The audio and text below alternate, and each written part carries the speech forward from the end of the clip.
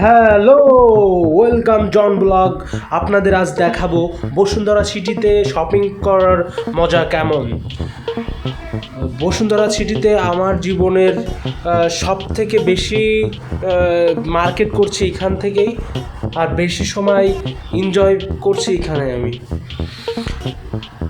আপনারা জানেন আমি স্টুডেন্ট লাইফ থেকে জব করতাম, আমি সেলসেও জব করছি, আমি ইওলোতে জব করছি, এসটিসিতে জব করছি, বসুন্ধরা সিটিতে এখন বউ নিয়ে